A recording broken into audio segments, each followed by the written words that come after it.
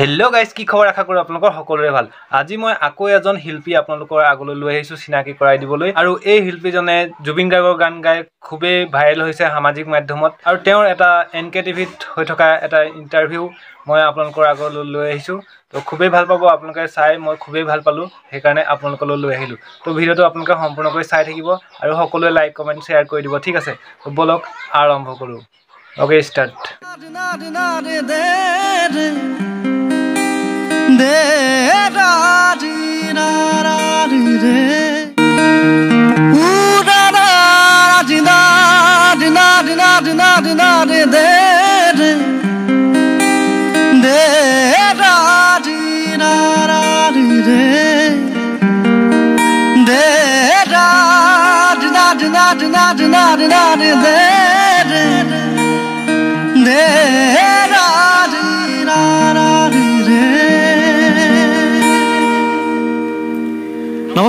আৰু এইখিনিতে এটা কথা কওঁ, হেড কমেণ্ট দিয়াবিলাকক মই এই ভিডিঅ'টো সম্পূৰ্ণকৈ চাবলৈ ৰিকুৱেষ্ট কৰিম, কাৰণ সম্পূৰ্ণকৈ নোচোৱাকৈ তেওঁলোকে বহুত কিবা কিবি কৈ দিয়ে, তেনেকুৱাত বহুত বেয়া লাগে।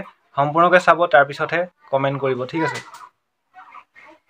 প্ৰিয় দৰ্শক, ষ্টুডিঅ'ত মই পাৰ্থপ্ৰতিম শৰ্মা। মোৰ সৈতে আপোনালোকে ইতিমধ্যে দেখিছে, শুনিছে, গম পাইছে। আজিৰ অতিথি জনম কাশ্যপ। জনম, অনুষ্ঠানলৈ স্বাগতম। ধন্যবাদ জনাইছোঁ। আজি আমি বহুদিনৰ মূৰত আকৌ গানৰ কথাৰে আয়োজন কৰিবলৈ লৈছোঁ, আৰু গানৰ কথাৰে এই অনুষ্ঠানত আজি আমি আমন্ত্ৰণ কৰি আনিছোঁ জনম কাশ্যপক। ইতিমধ্যে সকলোৰে মনত জনমে সংগীতেৰে, সুৰেৰে নিজৰ স্থান দখল কৰিবলৈ সক্ষম হৈছে। বহুতৰ মনত ইতিমধ্যে জনম কাশ্যপ নামটো গুঞ্জৰিত হোৱাৰ লগে লগে চিনাকি হৈ উঠিছে। সি অসমবাসীৰ বাবে খুব এক ভাল খবৰ। আমি ভাল কণ্ঠশিল্পী, ভাল সুৰক সদায় খেপিয়াই ফুৰোঁ, বিচাৰি ফুৰোঁ। আৰু আজি অনুষ্ঠানটোত আমাৰ সৈতে সহযোগ কৰিবলৈ আছে ভাইটি বিশ্ববিদ্যুৎ। বিশ্ব, অনুষ্ঠানলৈ স্বাগতম। গতিকে প্ৰিয় দৰ্শক, আমি জনমৰ সৈতে কথা পাতোঁ। জনমকনো আজি কিয় আমি আমন্ত্ৰণ কৰি আনিছোঁ, লগতে কিয় আজিৰ প্ৰজন্মক মানুহে দোষাৰোপ কৰে, আজিৰ প্ৰজন্ম কি কোনো এটা ক্ষেত্ৰত আগবাঢ়ি যাবলৈ সক্ষম নহয় নেকি, বা কিমান দূৰ তেওঁলোক সক্ষম, কিমান শুৱলাকৈ সক্ষম। জনম, আমি আগতেও বহিছোঁ অনুষ্ঠানত, কিন্তু আজি মই অকলে জনমক আজৰি আনিছোঁ দুই এটা গীত শুনিম বুলি। গতিকে ক'ত ঘৰ কি কথা বহুবাৰ পতা হৈছে, তথাপি পাতিম বাৰু ৰাইজৰ কাৰণে। প্ৰথমে জনমক আমি শুভেচ্ছা জ্ঞাপন কৰিব বিচাৰিছোঁ যে বিগত সময়ছোৱাত জনমে যথেষ্ট আগবাঢ়ি যোৱা আমি দেখিছোঁ চকুৰ আগত। নিজৰ কি ভাৱ হয় যে আগবাঢ়ি যোৱা হৈছেনে? আগৰ যে ষ্ট্ৰাগল আছিলে আজিৰ তাৰিখত? ষ্ট্ৰাগল বুলি ক'বলৈ হ'লে আচলতে ভুল হ'ব, কাৰণ আমাৰ ছিনিয়ৰ্ছখিনি যিখিনি ষ্ট্ৰাগল পাইছে, আমি তাৰ আধাটো পোৱা নাই চাগে। কাৰণ আজিকালি চব বস্তু সহজলভ্য, মাধ্যম বহুত আছে। আপুনি আজিকালি ইনষ্টাগ্ৰাম, ফেচবুক খুচৰিলে তাতে যদি আপোনালোকে ভালকৈ নিজকে প্ৰমোট কৰিব পাৰে, তেতিয়াওতো চলি যায়। খালি সেইটো আপুনি ভাল ভাৱত, আপুনি ভাল ৱে দি পেলাই আপুনি যদি কৰে কামটো মূলতঃ ভাল হ'ব লাগিব, সেইটো তাৰপিছত প্ৰমোশ্যন। একজেক্টলি। আৰু ষ্ট্ৰাগল বুলি কি, আৰু প্ৰত্যেকটো ক্ষেত্ৰতে ষ্ট্ৰাগল আছে। সেইটো কম পৰিমাণে হওক, লাগিলে বেছি পৰিমাণে হওক। এতিয়া দেখিবলৈ বহুত ইজি যেন লাগে কিবা এটা, আপুনি এই ধৰি লওক গান এটা গালেই হৈ যায়, বা এক্টিং কৰাজনকৈ কিবা এটা কৰিলেও হৈ যায়, ডান্স কৰাজন তেনেকৈ কৰি যায়। কিন্তু তাৰ সেইটো ষ্টেজ পাবলৈকে, সিমানটো লেভেল পাবলৈকে তাৰ আগত যিখিনি কষ্ট, সেইখিনিৰ পৰা ঠেকা খাই যিখিনি শিকে, সেইটোৱে বহুত মেটাৰ কৰে আচলতে। আৰু আমি শিকিহে আছোঁ এতিয়াও একো হোৱাগৈ নাই, কিন্তু একদম চাগে এই নখৰ আগটো পোৱাগৈ নাই। আমি আৰম্ভ কৰিছোঁ, আৰু শিকিবলৈতো বহুত দূৰ বাকী, শিকি আছোঁ, যিমান পাৰোঁ শিকি যাম। আৰু তাৰ মাজতে ভুল ভ্ৰান্তিও থাকি যায়, খালি ভালৰ মাজত যিখিনিয়ে ভুল দেখুৱাই দিয়ে, তেওঁলোকক মই বেছিকৈ মানুহ বিশেষকৈ, কাৰণ ভালটো চবেই কয়, তাৰ মাজত ভুলটো দেখুৱাই দিয়া খুব কমহে আছে। আৰু মই সেইটোৱে বিচাৰোঁ, আপোনালোকৰ ভুলখিনি যাতে নিজৰ বুলি ভাবি কোনোবাই শুধৰাই দিলে হয়। আৰু হয়, সকলোৱে শুধৰাই দিলে আগবাঢ়ি যোৱাত সুবিধা হ'ব, আৰু পিছত মানুহে ভুল উলিয়াব নালাগে, যাতে এতিয়াই ভুলখিনি শুধৰাই যাওক। গতিকে জনম, আমি গীতৰ মাজলৈ যাব লাগিব। আমি দেখিছোঁ জনমে জুবিন গাৰ্গৰ গীত গায়, পুৰণা আমাৰ শিল্পীসকলৰ গীত গায়। প্ৰথমেই কাক শ্ৰদ্ধা জনাব বিচাৰিবা, বা কাৰ ভাল লগা কোনোবা এজন শিল্পীৰ গীত গাব বিচাৰিবা? মোৰ ভাল লগা বুলি ক'বলৈ এজন বুলি ক'বলৈ ভুল হ'ব। আৰু মই স্কুলত পঢ়ি থাকোঁতে ক্লাছ 1ৰ পৰাই মানে সংগীতৰ অলপ চৰ্চা কৰিছোঁ। আৰু তেতিয়াই জ্যোতি সংগীত, বিষ্ণু সংগীত, মানে বিষ্ণু ৰাভা গীত, আৰু ভূপেন হাজৰিকাদেৱৰ গীত, জয়ন্ত হাজৰিকাদেৱৰ গীত, তেওঁলোকৰ গীতখিনি শিকি আহিছোঁ। আৰু বিশেষকৈ মোৰ খুবেই প্ৰিয় জয়ন্ত হাজৰিকাদেৱৰ গীতসমূহ। আৰু কিন্তু তাৰ আগতে অকণমান যদি মই ভূপেন হাজৰিকাদেৱৰ এফাকি মই যদি গুণগুণাই দিওঁ ভাল লগা কথা আমি অনুষ্ঠানটোত সেই কথাটো উনুকি আহিছোঁ যে সংস্কৃতিক আজিৰ প্ৰজন্মই কেনেকৈ জীপাল কৰি ৰাখে বুকুত বান্ধে আমি ডক্টৰ হাজৰিকাৰ এটি গীত শুনিলোঁ হাজৰিকাদেৱৰ ভূপেন হাজৰিকাদেৱৰ এটি গীত অকণমান গুণগুণাই দিছোঁ তাৰপিছত মই জয়ন্ত হাজৰিকাদেৱ ঠিক আছে মোৰ খুব ভাল লগা গীত এটা গাম ঠিক আছে ঠিক আছে জীবন জোড়া খ্যাতি যদি জীবন তোকে খায় বহু ধনৰ লোভে যদি মানুহ পাহৰায় মানুহ যদি মানুহৰে হয় অন্তৰায় তেনে দূৰতে খ্যাতি আৰু মিছা ব্যৱসায় এনেকুৱা আৰু খুব এটা আনকমন আৰু খুব ধুনীয়া গীত আমি আগতে অনুষ্ঠানবিলাক যেতিয়া প্ৰতিযোগিতা হয় তেতিয়া শুনো নিশ্চয় জনমে সৰুতে প্ৰতিযোগিতা কৰিছে ক'ৰবাত প্ৰতিযোগিতা কৰিছোঁ স্কুলত পঢ়ি থকা সময়তো আৰু ঘৰৰ ওচৰতো আমাৰ কণ শিশুসকলে যি প্ৰতিযোগিতা পাতে সৰুৰ পৰাই যিহেতু এখন মঞ্চ এখন পাইছোঁ স্কুলত পঢ়ি থকা দিনৰ পৰা তেতিয়াও বহুখিনি প্ৰতিযোগিতাত অংশগ্ৰহণ কৰিছোঁ আৰু সেইখিনিৰ পৰা বহুখিনি শিকিছোঁ আচলতে বহুখিনি শিকিছোঁ আমি জনাম জয়ন্ত হাজৰিকাৰ গীত এটাও জনমৰ কণ্ঠত শ্ৰোতা দৰ্শক তেখেতক মই আচলতে বহুত শ্ৰদ্ধা কৰোঁ জয়ন্ত হাজৰিকাদেৱৰ গীতটি মোৰ ভাল লগা এটা গীত আৰু মই যিহেতু মঞ্চতো মই এইটো গীতটি গাওঁ অকণমান গুণগুণাই দিছোঁ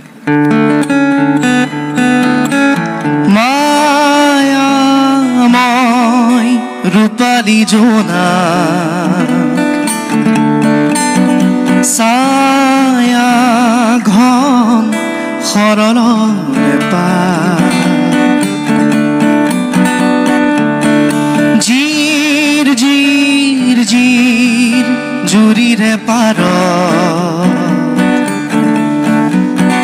পামনে মই পামনে তোমাৰ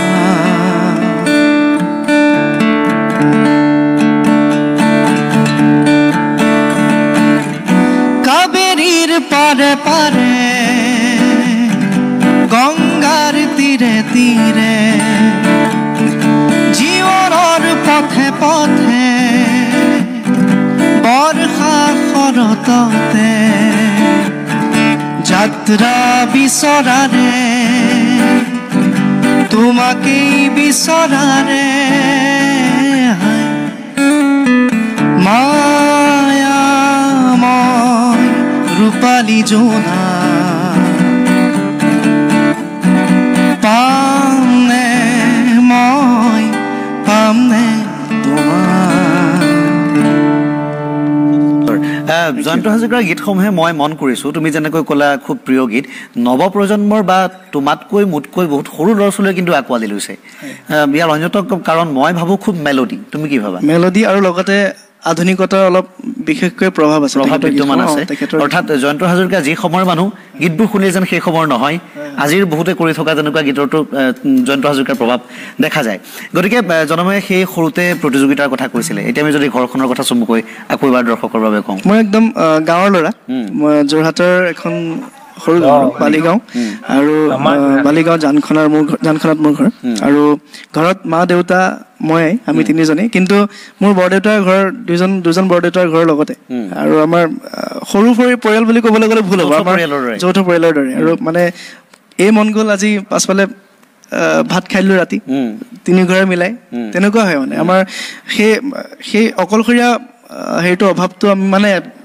আজিলৈকে পোৱা নাই অকলশৰীয়া যেন আমাৰ আজিলৈকে লগা নাই কাৰণ এতিয়াও যদি ময়ো যদি ঘৰৰ বাহিৰত আছোঁ মাহঁতেও চাগে সেইটো ফিল নকৰে হয় কোনোবা এজন নাথাকিলে ফিল এটা কৰে কিন্তু ইউনিভাৰ্চিটিত পঢ়া সময়তে যেতিয়া ওলাই গৈছোঁ তাৰপিছত বৰদেউতাহঁতৰ ঘৰত দুইখন ঘৰতে আমাৰ বাকী মোৰ 4জন ককাইদেউ 4জন দাদা তুমি ডিব্ৰুগড় বিশ্ববিদ্যালয় পাৰফৰ্মিং আৰ্টছ তাৰপিছত সংগীতৰ ক্ষেত্ৰখন বিচাৰি ঢপলিয়াই গুৱাহাটীলৈ অহা সময়ছোৱা সেইটো মই কি ক'ম মই ইউনিভাৰ্চিটিৰ পৰা আচলতে এখন ডাঙৰ মঞ্চ পাইছোঁ আৰু সেই মঞ্চখনৰ পৰা বহুখিনি মানুহ লগ পাইছোঁ তাৰপিছতে আচুৰ্যদাৰ লগতো কথা বতৰা হ'ল তেখেত মোৰ 2জন বন্ধু সমুদ্ৰ বৰা আৰু ভাৰ্গৱ খাউন তেওঁলোকে কথা বতৰা পতাই দিছিলে তাৰপিছতে মই 6th 6th সেমিষ্টাৰ লাষ্টত আৰু মই পাৰফৰ্মিং আৰ্টছৰ BA কৰিছিলোঁ তাতে তেতিয়াই আচুৰ্যদাৰ লগত ষ্টেজ প্ৰগ্ৰেমৰ কাৰণে মোৰ লগত কণ্টেক্ট কৰিছিলে তাৰপিছত সেয়া আৰু তাৰপিছত বেলেগ এটা তাৰপিছত জনমে আজি তাৰিখত বহুকেইটা গীত উলিয়ালে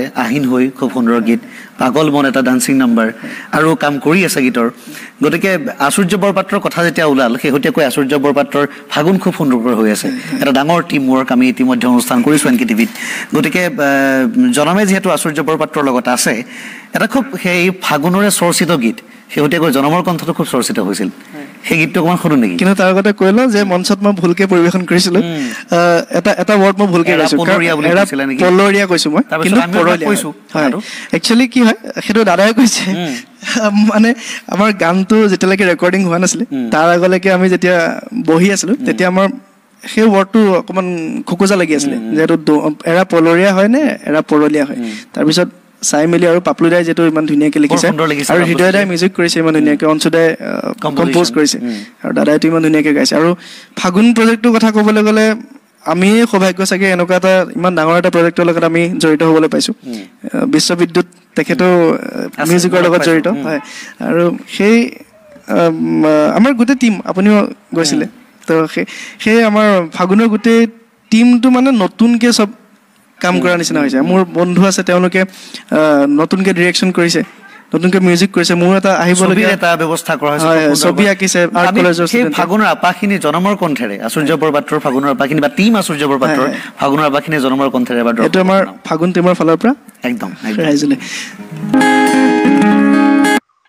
এক ছেকেণ্ড এইখিনিতে এটা কথা কওঁ মই আপোনালোকক এতিয়া বহুতে মোক কমেণ্ট কৰিব যে কি এনকে টিভি ষ্টুডিঅ'ত এইটো দি থৈছে আৰু আপুনিনো কিয় আনিলা তুমি কিয় আনিলা তুমি এই ভিডিঅ'টো দেখুৱাৰ মানে কাৰণটো কি আচলতে এনেকুৱা শিল্পী কণ্ঠশিল্পীসকল মানে আপোনালোকে গম পায় অলৰেডি এনেকৈ যদি মানে সময় থাকোঁতে যদি আমি এটাৰ পিছত এজনৰ পিছত এজনে যদি আমি ছ'চিয়েল মাধ্যমত যদি আমি দেখুৱাই নাযাওঁ এওঁলোকক যদি আগবঢ়াবলৈ চেষ্টা নকৰোঁ তেতিয়াহ'লে কিন্তু লুকাই যায় আমাৰ অসমত তেনেকুৱা শিল্পী অলৰেডি আপোনালোকে দেখিছে ৰাজীৱ হদিয়াক তেনেকৈ লুকাই গ'ল বহুত সংখ্যক মানুহে চিনি নাপালে খুব কম সংখ্যক মানুহে চিনি পালে তো ঠিক তেনেকৈ মানে এজনকো এতিয়া বৰ্তমান খুব কম সংখ্যক মানুহে চিনি পায় গতিকে আগবঢ়াই নিব লাগে ঠিক আছে তো তাৰ কাৰণে আজি মই এই ভিডিঅ'টো লৈ আহিলোঁ আৰু বিশেষ এই ভিডিঅ'টো সম্পূৰ্ণকৈ মই আপোনালোকক নেদেখাওঁ আপোনালোকে এনকে টিভিৰ যিটো চেনেল আছে তাত গৈ আপোনালোকে চাই ল'ব ঠিক আছে তো আজি ভিডিঅ'টো ইমানেই আছিল